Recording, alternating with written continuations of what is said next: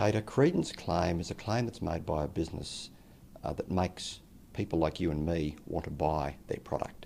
So it can be a claim that their products are free range, or they're organic, or they're made in Australia, or have some other feature that makes us want to buy the product.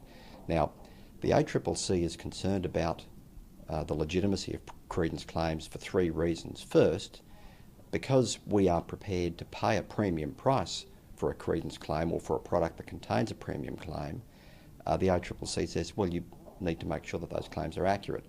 Second, if the claim is inaccurate, well, that affects or undermines a business competitor who can legitimately make the credence claim about its particular product. Thirdly, the ACCC believes that if businesses and consumers lose faith in the integrity of the credence claim process, innovation and competition are going to suffer. So what needs to be considered before stamping a claim such as free range or organic on a product? Free range is a great example because the ACCC has taken a number of actions against egg producers and chicken meat producers who've made claims that their products are free range.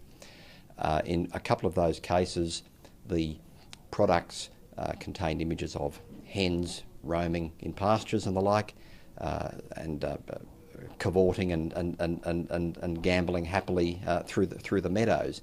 In fact, in a couple of those cases, the hens were actually kept in barns and were only let out for half an hour or so. So the ACCC, quite rightly, took action against those egg producers and said, well, if you're going to put those sorts of images on your egg cartons and your products, you need to make sure that those claims are accurate.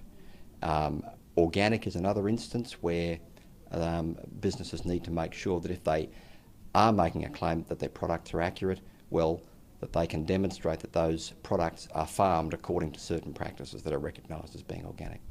And Brett, just finally, what are the risks for businesses if they get it wrong? Big fines, Kate, big fines. The free range example that I mentioned earlier, a particular chicken producer was suggesting that its meat products were free range, turned out to be incorrect. It copped a fine of $400,000. Another recent example was with Carlton United Breweries. It sold a product called Byron Bay Pale Lager, and that was all well and good.